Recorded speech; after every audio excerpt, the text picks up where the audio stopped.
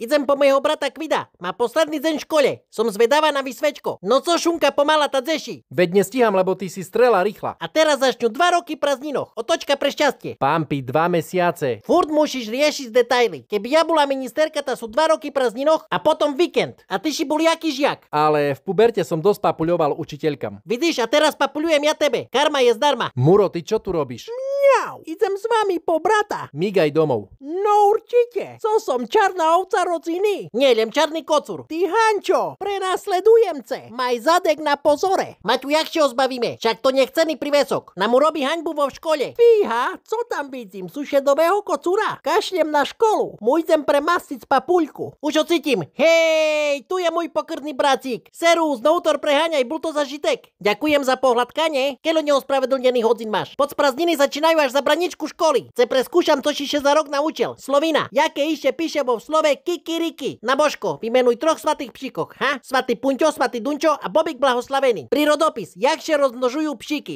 Prídu ku sebe a ešte spoja so zadkami. To si znal? Ukáž? Čisté jedinky, soda, muka, nuda. I zo správania dokonca. Ta neznám, či si môj brat. A co ideme robiť, jak perše cez prázdniny? Zavoláme všetky deti z ulici na dvor, abo ideme baviť z PlayStation, abo mi dáš celý balík piškotoch a dostanem glukozový šok. Seru svorka, ani še nepýtajte. Samé jedinky má. Známky nie sú dôležité, ale radosť zo života, hej.